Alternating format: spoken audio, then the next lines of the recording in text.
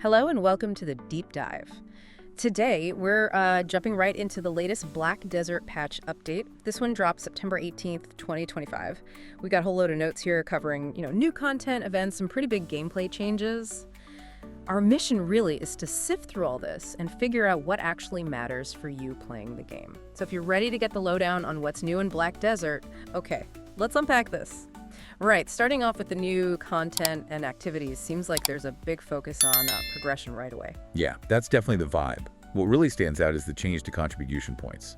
It's clearly aimed at making things easier, especially for newer players or people getting back into it. Easier how? Like less grinding? Exactly. They've seriously cut the amount of experience you need for contribution levels below 500. We're talking pretty big drops. Like for levels 5175, it's down about 48%. Wow, nearly half. Yeah.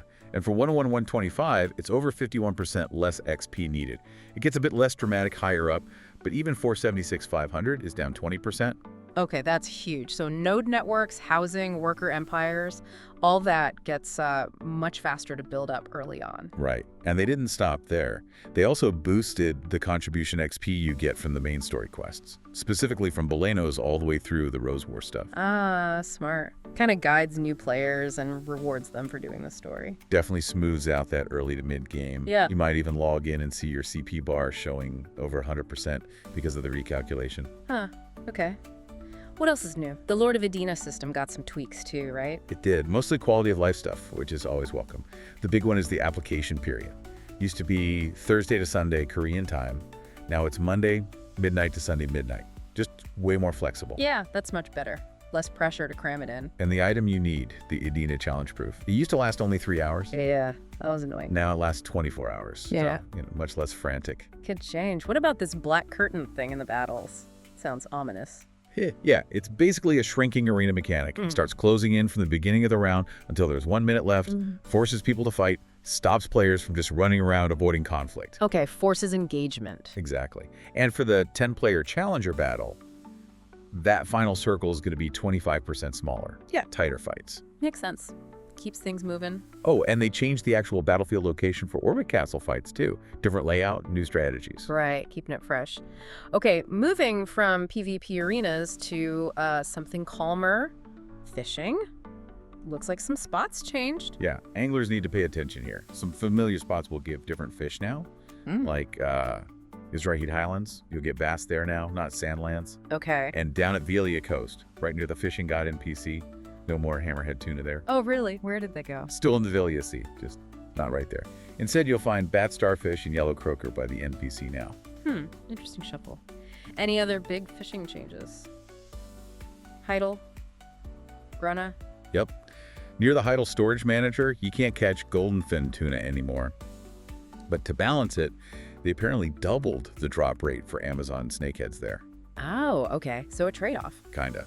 And up in Grana headwaters, pink dolphins are in, replacing white sea bream and albino coelacanth. Pink dolphins. Cool. Yeah, and over at Fraudra Lake and Stream, they removed white sea bream entirely, which apparently makes the pink dolphin drop rate about 4 times higher there. Wow. Okay. So definitely some targeted changes to like regional fishing value. Seems like it. Encouraging people to maybe try different spots. Makes sense. All right, let's talk items, enhancements, exchanges. What's new for gear and stuff? A nice little convenience thing first. Yeah. The Fairy Skill Widespread Palm V, it can now use 25 items at once. It was 20 before. Oh, nice. Saves a few clicks. Every little bit helps, right? And for alchemists, something interesting. When you're making pure bright aura flame in your house, there's now a small chance, like a tiny chance, to get a discorded bright aura flame as a byproduct. Oh, really? Like a proc. That's cool. Adds a bit of spice to crafting. Yeah, a nice potential bonus. Other item stuff, Imperial Delivery. They took out those treasure grade fish, the spotted stingray and pineapple fish. Can't turn those into the Imperial guys anymore. Ah, okay. People who did recently got compensated, I saw. Yeah, through a Central Market warehouse. And importantly, the Black Spirit's Greed Exchange. Got some new options. You can spend 30 greed at Black Spirit now to get some of those ancient natural magic crystals. Which ones? Resolute, Fighter Spirit, and Giant. So more ways to slot in those useful stats. Good, good. More crystal options are always nice. Okay, let's shift to monster zones. Jepheros and Tenebraeum castles got some attention. They did. Shveros first. Bells above the boss there has a new reward gimmick. Didn't specify exactly what, but something new. Also, you'll see a black ground effect now when the Kafris hatchery does its thing during the fight. A visual cue. Okay, clear mechanics. What about difficulty? Kind of shifted. Monster attack damage is down 20%, but their additional defense damage is up 10%, and Beelzebub's additional defense damage is up 30%. So, less raw damage taken, but you need to handle specific mechanics better, or you get chunked. Sounds like it, yeah. More tactical, less just face tanking. Oh, and Beelzebub spawns after one more trash pack now, slightly longer run-up. Okay. Hippofaro sounds more involved. What about Tenebrae Castle? With the Manticore? Yeah, the Manticore fight is getting spicier. Its attacks now cover a wider area. And once the Ancient Aether fragments are free, the Manticore actually targets them. Oh, interesting. Changes the dynamic. Right, and they've sped things up. Less time before the Manticore gets resealed after you kill the fragments. Gotta be quick. Also, if the Manticore hits 70% or 40% HP and you don't kill the fragments fast enough, the whole area resets. Oof. Prevents stalling, I guess. Definitely pushes for faster, more efficient clears, makes the fight more intense. Sounds like good changes. Keeps things engaging. And for the lore fans, some new quests in Adena. Yeah, some new side quests, exploring stories about resource thieves and assassin funerals, more world building. Nice. And a cool little unlock, the Black Spirit appearance change. You can use that now after you finish all the Adena main quests. Oh, finally. People wanted that. Yeah. And if you already did the key Adena quests, they retroactively gave out the knowledge rewards for them too. Good stuff. Okay, that covers the new content. Let's switch gears to the events. This is often where the really good stuff is. For sure. And the first one's a big one. Daily Connection Rewards with the Whispering Wind.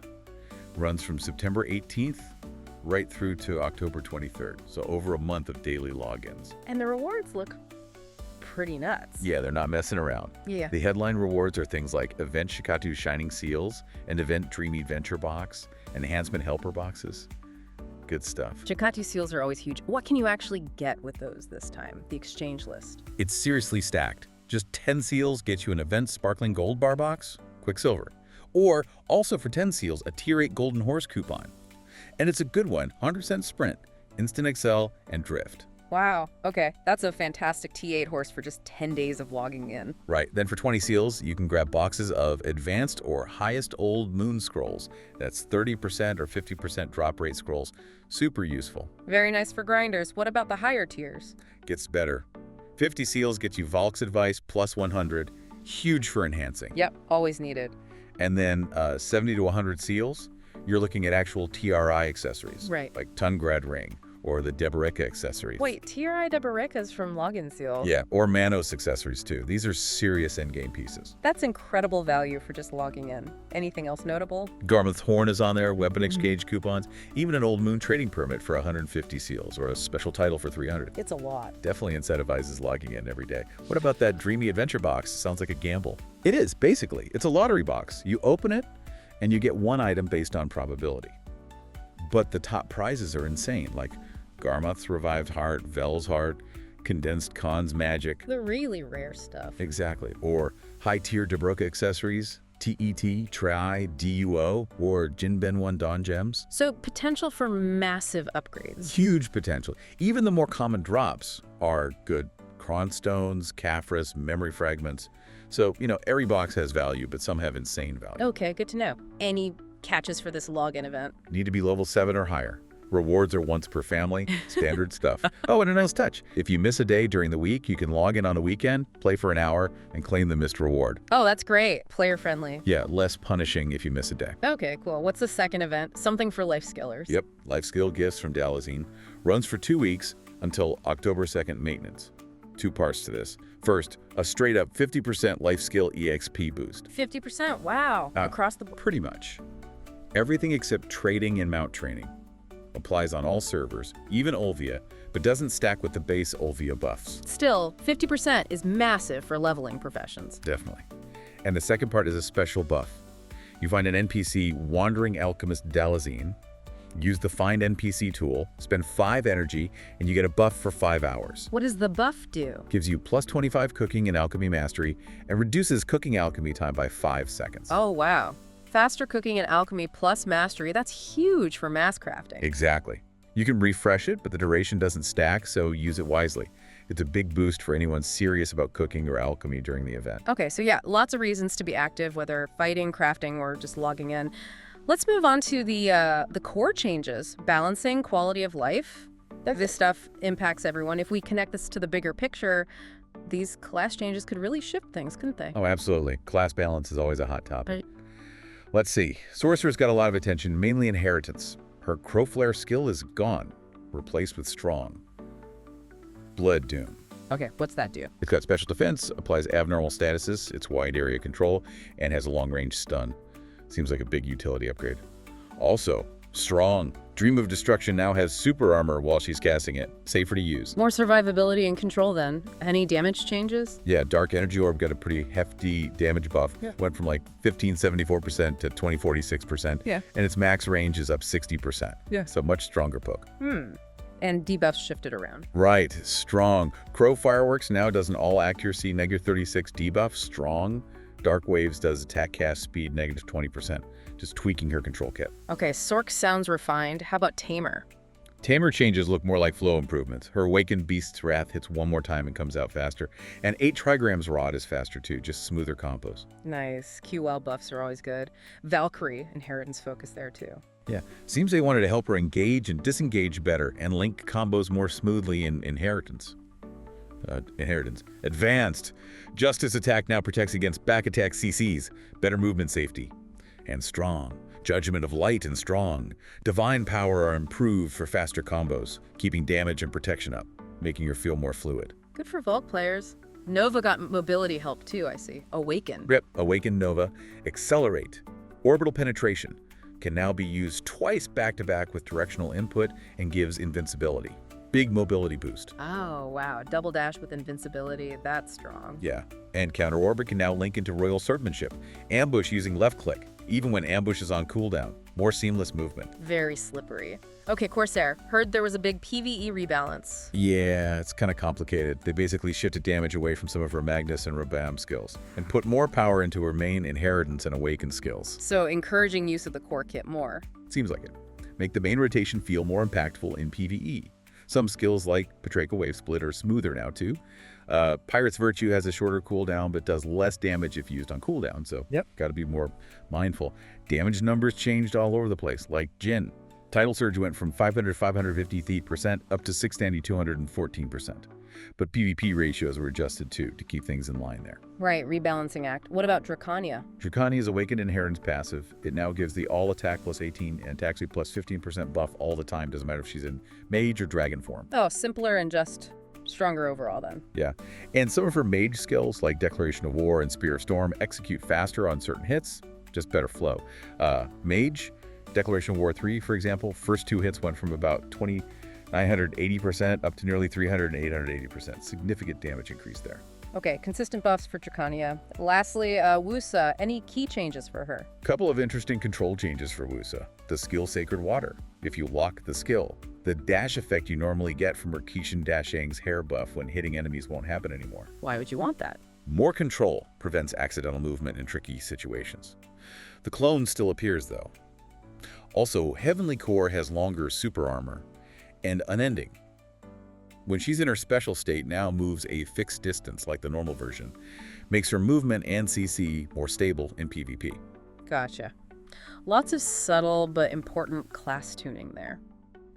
Okay, moving away from combat, UI improvements, the world map got a big overhaul. It really did. Looks much cleaner. They reorganized the functions, filters, modes on the map. Yeah. Pia. Much more intuitive. Added a Find Current Location button, which is handy, and a zoom slider. Nice. What about the icons? That's the clever part, the knowledge icons. They change depending on how zoomed in you are. Zoomed out, they group by territory. Zoom in a bit, they group by base. Zoom way in, you see individual icons. Oh, that's smart. Reduces clutter massively. Yeah, it should make the map way easier to read. Good stuff. And the title menu got some love too. Yep.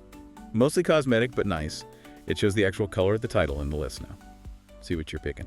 There's a new icon for recently earned titles. Stays for a day.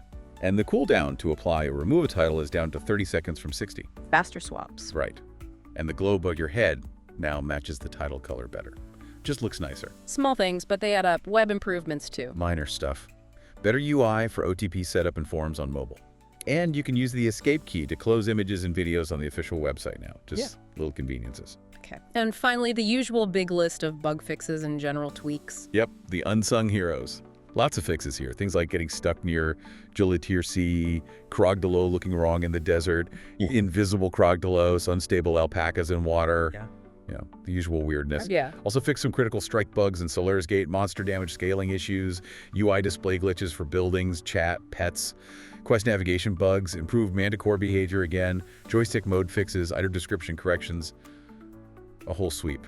Sounds like a solid cleanup pass on top of all the new stuff. Whew. Okay, that was a lot. A really comprehensive update for Black Desert, touched pretty much everything from helping new players with contribution points to those big login rewards and really digging into class balance and quality of life. Those stand out. Yeah, definitely. And it really raises an important question, how will all these changes affect things long term? Like, how will this encourage vets to maybe try new things or help newer players feel more comfortable diving in? Will the meta shift because of the class changes? It's definitely going to be interesting to see how the community adapts and explores all this revitalized stuff. An exciting time to be playing for sure. That's a great thought to end on. Plenty to experiment with in this patch.